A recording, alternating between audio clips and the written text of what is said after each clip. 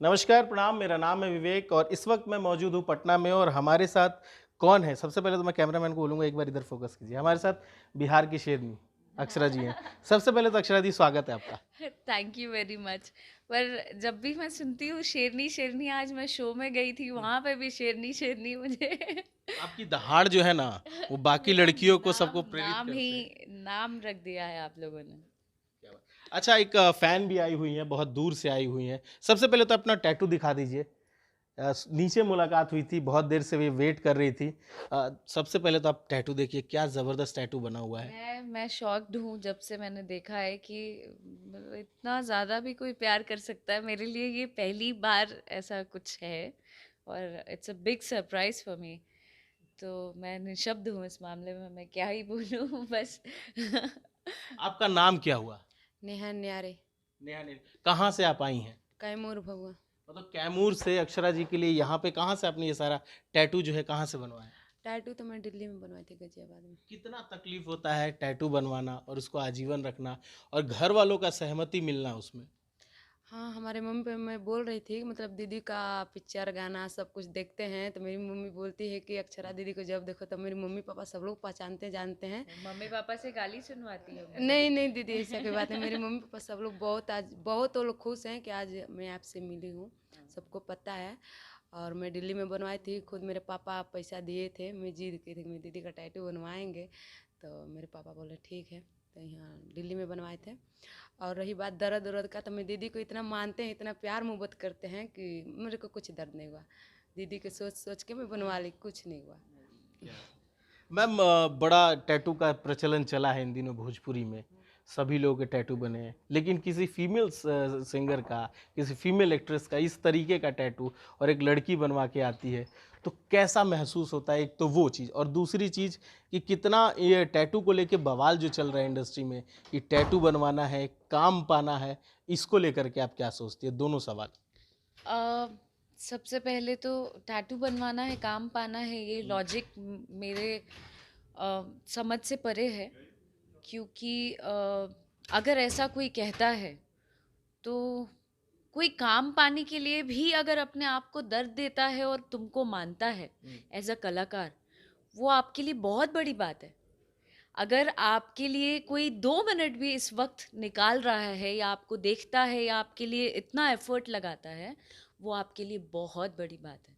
मैं तो इस चीज़ को बहुत मानती हूँ। लोग मानते हैं नहीं मानते मुझे नहीं पता, लेकिन मुझे ऐसा लगता है कि एक तरीके से आप जैसे लोग अगर मुझे प्यार कर रहे हैं या मेरे लिए 2 मिनट भी निकाल के मुझे यूट्यूब पे या कहीं पे भी सर्च कर रहे हैं, या मेरा नाम ही क्यों नहीं टैटू करा रहे हैं या जो भी कर रहे हैं, ये मेरे लिए बहुत मायने रखता है। क्योंकि मुझे ऐसा लगता है कि मैं इतना नहीं डिजर्व करती हूँ जितना प्यार पा रही हूँ इस वक्त। अब जिस तरीके से खेसारी जी का टैटू बना के सौम्या आई थी, लेकिन सौम्या को जिस तरीके से ट्रोल किया गया था, नहीं पता मुझे। उनको बहुत ज़्यादा यूट्यूबर ने ट्रोल किया कि उनको काम नहीं आता है, वो सिर्फ टैटू बनवा करके खेसारी जी के साथ काम करने के लिए आ रही है। पता नहीं। बहुत ज़्यादा लोगों ने ट्रोल किया था। नहीं कहीं पता। आपको तो नहीं लगता कि इनको भी लोग इसी तरह से ट्रोल करने वाले हैं इसके बाद? ट्रोल अक्षरा जिसकी फैन है ये, जब वो ट्रोल से नहीं डरती है तो ये क्या डरेगी? जब जब इन्होंने खुद अपने मुंह से बोला कि इतना प्यार है कि मुझे कोई फर्क नहीं पड़ता है, तो फिर ट्रोल से क्या ही डरेंगे? हम डरे ना मेरी फैन डरेगी। आई एम सो हैप्पी कि मुझे इंस्पिरेशन के रूप में लड़कियां लेती हैं या इतना मुझे प्यार देती हैं। मैं चाहती हूँ कि इन लोगों के लिए और इतना स्टैंड लेती रहूं। माता रानी इतनी शक्ति दे, आप इनका प्यार, इनके प्यार को पाकर मैं इतनी स्ट्रांग और बनती जाऊं कि मैं इन लोगों के लिए आगे भविष्य में कुछ कर पाऊं। क्या बात है। अच्छा कैसे एहसास हुआ कि वो स्पेशल सिर्फ अक्षरा जी हैं जिनके लिए आपका दिल धड़कता है और जिनके लिए आप इतना आगे कुर्बान हो सकती है कि दिल्ली जा कर के टैटू बनवाना और फिर कैमूर से पटना पहुंचना, इनको ढूंढना, उसके बाद अपने आप को दिखाना कि मैं आपका कितनी बड़ी फ़ैन हूँ, कितना चैलेंज होता है? ये तो सब प्यार मोहब्बत है कि मतलब दीदी तक खींच के लाया हमको। अच्छा दीदी के लिए कुछ तैयार भी की थी आप, तो क्या तैयार किए हैं दीदी के लिए आप? दीदी के लिए एक गाना गाए हैं कि बाटे बदन मिल्की मिल्की, बाल बाटे लंबा लंबा सिल्की, बाटे बदन मिल्की मिल्की, बाल बाटे लंबा लंबा सिल्की, रूप इतना सुंदर फिदा होखे मैनू मैन, रूप इतना सुंदर फिदा होखे मैनू मैन, हम हैं अक्षरा के फैन, हम हैं अक्षरा के फैन, हम हैं अक्षरा के फैन, हम हैं अक्षरा के फैन। एही तरे दहाड़त रहा होली न लैकी कमजोर हो, मेहनत से आगे बढ़लू हिम्मत न हरलू थोड़ हो, हिम्मत न हरलू थोड़ हो। क्या बात है, बहुत खूब। गाना रिलीज हो गया है क्या? नहीं, गाना का शूटिंग कल चल रहा था लेकिन फिर अधूरे रुका है, अभी उसका शूटिंग करवाना है। इसकी गारंटी हम नहीं लेते, क्योंकि भोजपुरी इंडस्ट्री का मानना है कि जो गाना निकल जाता है, जो अच्छा होता है, वो गाने बड़ी जल्दी चोरी हो जाते हैं। और अक्षरा जी को लेकर के है तो मुझे लगता है कोई ना कोई आपसे पहले निकाल ही देगा। क्या लगता है आपको कि जिस तरीके से गाने भोजपुरी में आते हैं, जो अच्छे होते हैं, जो आपके भी बहुत अच्छे अच्छे गाने आते हैं, उसको लेकर के बड़ा जल्दी लोग चोरी का मामला शुरू कर देता है? अ, अभी इतना मतलब मैं इतने अलग फोकस्ड वे में मैं चलती हूँ ना कि मुझे ये सारी चीज़ें दिखती नहीं और ना मैं ध्यान देती हूँ उन चीज़ों पे। कौन चोरी कर रहा है, कौन क्या कर रहा है, करते हैं लोग। ये सही भी नहीं है, गलत है। सबको अपना अपना काम करना चाहिए अपने तरीके से, अगर आप टैलेंटेड हैं, आप उस काबिल हैं, तो आपको चुराने की क्या ज़रूरत है यार। अपने आप को प्रूव करो ना अपने काम के ज़रिए। तो मेरा ये मानना है। बाकी लोग क्या करते हैं, लोगों को आप थोड़े रोक सकते हैं। 5 उंगली बराबर नहीं होती है। सब स्वतंत्र हैं अपनी अपनी चीज़ें करने के लिए। माँ का महीना चल रहा है और माँ का महीना में आपका भी गाने आए हुए हैं। मात्र 2 से 3 दिन में 2 मिलियन से ऊपर गाना है, तकरीबन 2.5 मिलियन से ऊपर होने वाला है आज। क्या कहिएगा, क्योंकि भक्ति गाने को जिस तरीके से लोग प्यार दे रहे हैं, क्या हमारी भोजपुरी वाकई ही में बदल रही है? भोजपुरी अ,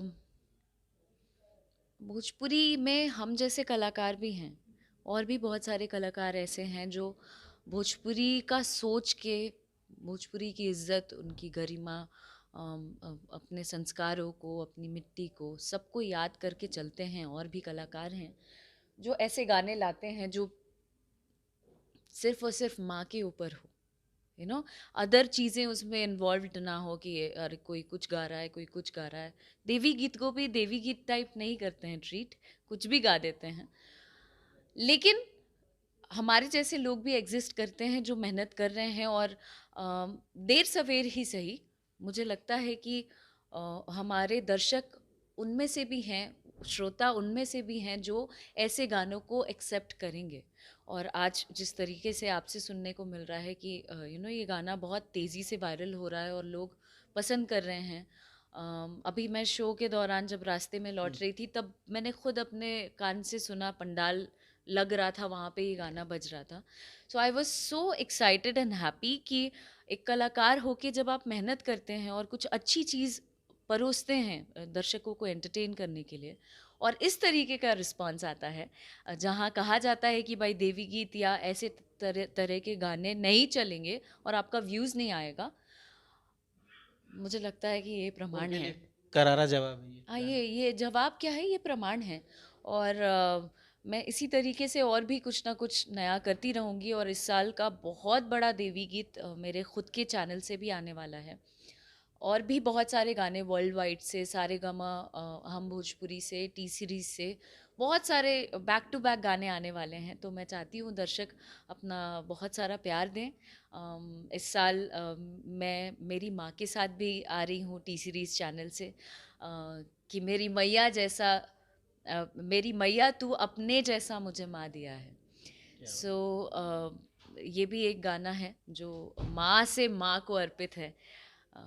तो मुझे सिर्फ प्यार चाहिए दर्शकों का और कुछ नहीं। व्यूज़ के कुछ काम व्यूज़ के लिए नहीं होते हैं, कुछ काम यहाँ के सुकून के लिए होते हैं, जो मैं कर रही हूँ। क्या बात है। अच्छा मैम, थोड़ा सा आते हैं पुरानी भोजपुरी को लेकर के। जब आप फिल्में करती थी, फिल्में चलती भी थी, हॉल में लोग देखने भी जाते थे, लेकिन एक दौर आज का है कि भोजपुरी फिल्मों का जो स्तर है धीरे धीरे कम होता जा रहा है। हॉल में लोग पहुंचते नहीं है। जो प्रोडक्शन टीम है वो प्रमोशन उस तरीके से नहीं करती। पहले स्टार्स हॉल तक पहुंचते थे, लोगों से मिलते थे, फैन से मिलते थे, फिल्में चलती भी थी। लेकिन इन दिनों 2 से 3 दिन में किसी भी सुपरस्टार की फिल्में हो उतर जाती है बॉक्स ऑफिस से। चाहे वो दिनेश जी हो, चाहे कोई भी हो, सबकी फिल्में चढ़ती ज़रूर हैं लेकिन 1 से 2 दिन में उतर जाती है। तो आपको क्या लगता है किस तरीके से हम अपनी भोजपुरी की जो फिल्में हैं उसको उठा सकते हैं, एक बार फिर से अपनी भोजपुरी फिल्मों का वो दौर पुराना वाला ला सकते हैं? इसमें सभी कलाकारों को एकत्रित होकर इस बारे में विचार करना चाहिए। सरकार को भी इस पर ध्यान देना चाहिए। हमारे पास अच्छे सिनेमा हॉल्स नहीं हैं जहाँ पर दर्शक जाके हमारी फिल्मों को देख सकें। बहुत सारे हॉल्स बंद भी हो गए हैं और ऐसा नहीं है कि सभी फिल्में ख़राब होती हैं। बहुत अच्छे अच्छे लोग हैं जो बहुत एफर्ट लगा के अच्छी फिल्में बना रहे हैं। बट ये जो है थोड़ा डिजिटल मार्केटिंग की वजह से भी, डिजिटल मार्केट जब से आया है तब से भी थोड़ा सा डाउनफॉल आया है।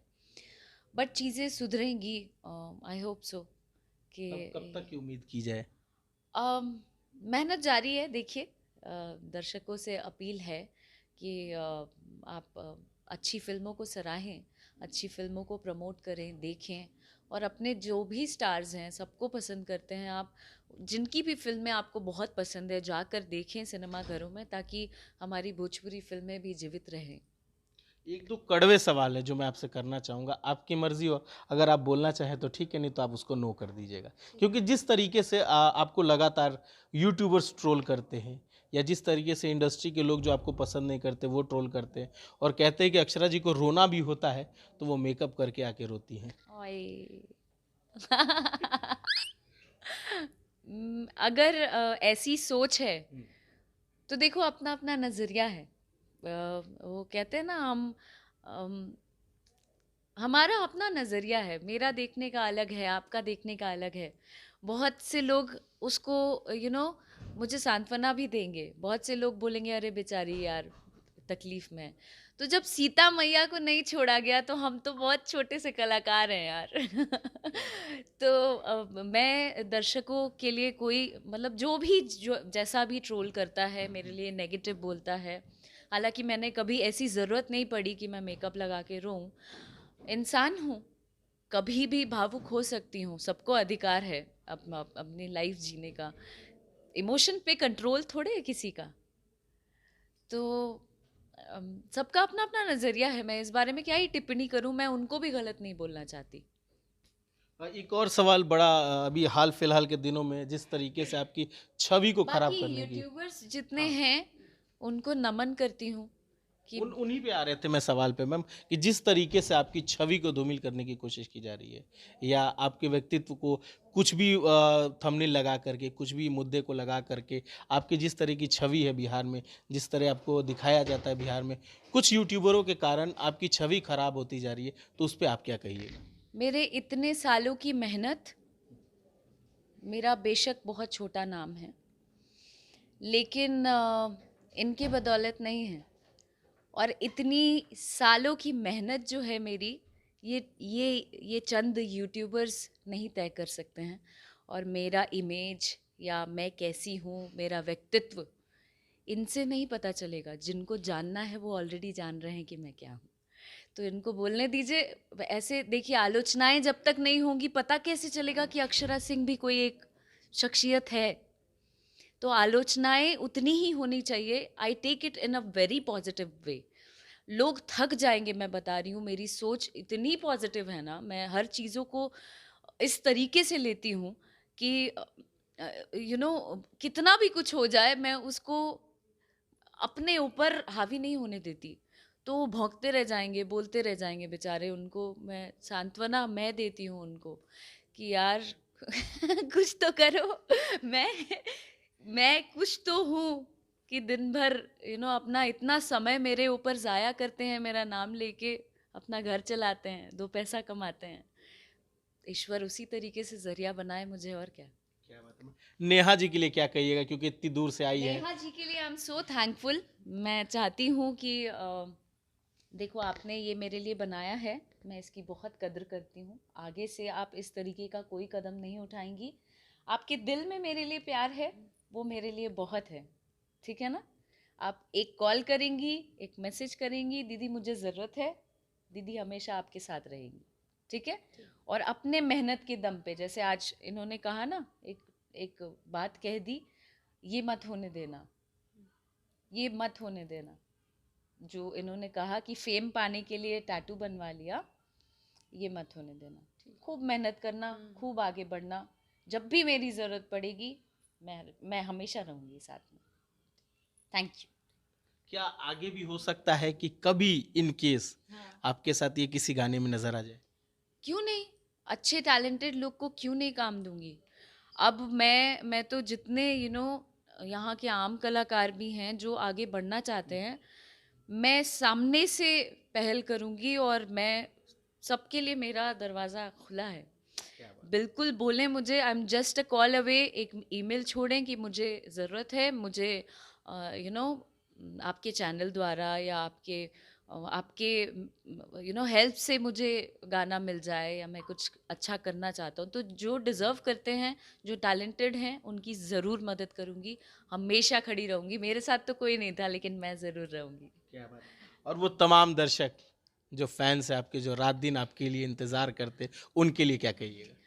जो भी दर्शक हैं, मैं उनसे बहुत प्यार करती हूँ, और मैं इस चीज़ की बहुत आभारी हूँ कि आप भी मुझसे उतना ही प्यार करते हैं जितना मैं करती हूँ, और आपकी वजह से ही मैं बन पाई हूँ जो भी थोड़ा बहुत बन पाई हूँ। आगे भी इसी तरीके से अपना प्यार, दुलार, आशीर्वाद मुझ पर बनाए रखना, ताकि मैं और भी मेहनत करूँ और आप लोगों को एंटरटेन कर सकूँ। हम जाते जाते झूम झूम पैजनिया जो गाना है, वो मैं चाहूँगा दर्शकों के लिए, छोटा सा अंतरा है मुखड़ा जो आपको याद। आओ, आप भी गाओ मेरे साथ। मैया के मुँह चुन मुनिया रे, मैया के मुँह चुन मुनिया रे, छुम छुम बाजे पैजनिया रे, छुम छुम बाजे पैजनिया रे, छोटे छोटे सातोरे बहिनिया रे, छोटे छोटे सातोरे बहिनिया रे, छुम छुम बाजे पैजनिया रे, छुम छुम बाजे पैजनिया रे। Thank you so much ma'am अपना टाइम देने के लिए। Thank you very much.